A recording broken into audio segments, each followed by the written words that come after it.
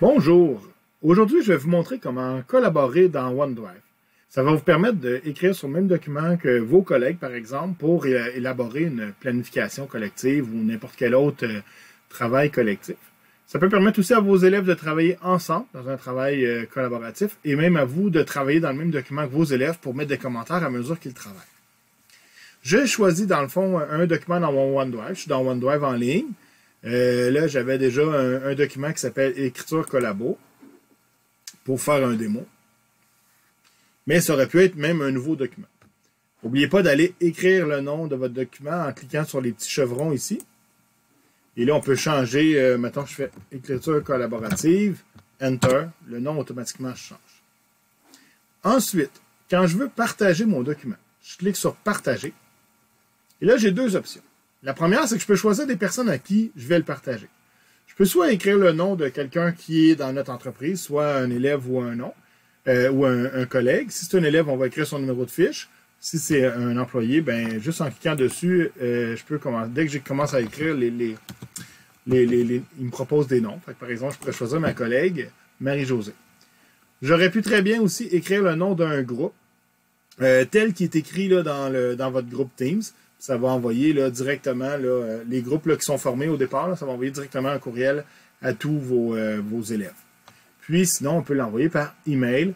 Si c'est quelqu'un qui n'est pas de notre entreprise, on met son email. Ensuite, on a l'option de, quand il y a le crayon barré, la personne va pouvoir le lire uniquement. Si je choisis peut modifier, la personne va pouvoir le modifier en même temps que nous en tant que réel. Dans le fond, toute l'équipe va pouvoir, là, si je fais un peu modifier, ben, mes collègues ou les personnes avec qui je partage vont pouvoir écrire en même temps que moi. Puis ensuite, si je clique sur Envoyer, ça va envoyer un courriel directement à la personne ou les personnes. L'autre façon de faire, qui est souvent la plus utilisée, c'est qu'on va aller ici dans Copier le lien. Là, ici, c'est déjà écrit, les personnes que vous spécifiez peuvent consulter le contenu.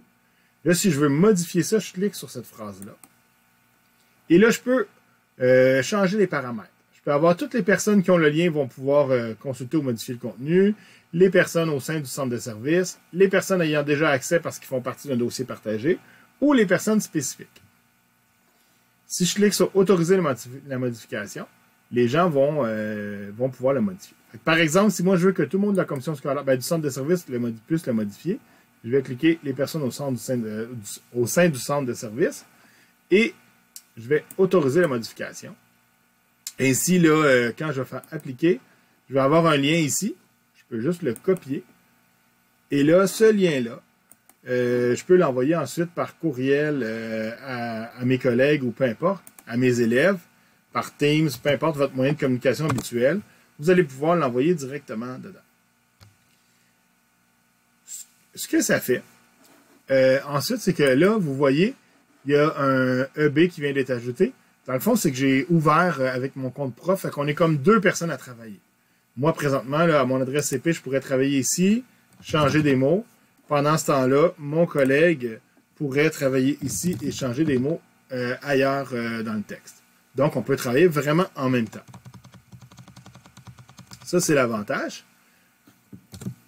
Autre chose, l'autre avantage, on peut s'en servir dans le fond pour mettre des commentaires. Fait que là, il pourrait avoir on peut venir souligner un mot et cliquer bouton droit, nouveau commentaire. Et là, on peut mettre un commentaire. Fait que là, par exemple, si moi je suis l'enseignant, je peux mettre un commentaire sur le travail de mon élève. Bravo pour le mot précis.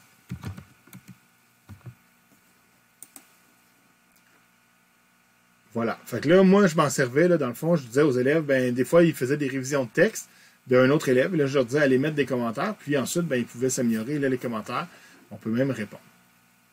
Donc, voilà, c'est la façon de collaborer. On voit là ici les curseurs des personnes qui sont dans le texte. Là, c'est 2 fois mon nom, mais c'est une fois mon adresse prof, une fois mon adresse professionnelle. Mais s'il y avait plusieurs personnes, on verrait exactement où ils écrivent. Et les gens peuvent écrire en même temps.